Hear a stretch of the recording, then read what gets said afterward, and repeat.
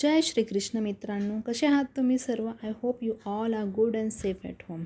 तर आज मी इथे बनवत आहे पालकचे पराठे आणि व्हिडिओच्या स्टार्टिंगलाच मी तुम्हाला सांगते की मी हे फ्रंट कॅमेराने रेकॉर्ड केलं आहे, म्हणून तुम्हाला दिसत असेल की मी डाव्या हाताने सगळं काम करत आहे, पण असं काही नाही आहे. मी उजव्या हाताने सगळं काम करत आहे. तर खरं सांगू का, मला फारशी पालक तर काही जास्त आवडत नाही, पण आपल्याला ते आपल्या डाएटमध्ये इन्क्लूड करणं हे खूप गरजेचं आहे, कारण हे आपला हार्टसाठी खूप चांगलं असतं. त्याच्यामध्ये आयर्न हे खूप प्रमाणात असतं. हे आपल्या डोळ्यांसाठी खूप छान असते आणि वजनही कमी होऊ शकतं.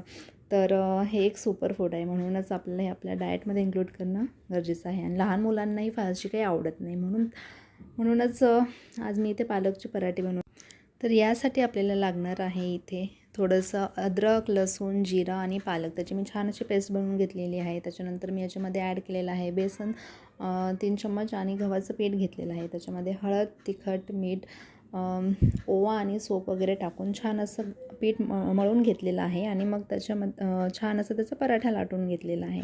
आणि मग त्याला छान असं शेकलेलं आहे. तेलामध्ये शेका नाही तर तुपामध्ये शेका. तुपामध्ये शेकलं तर फारच छान गोष्ट.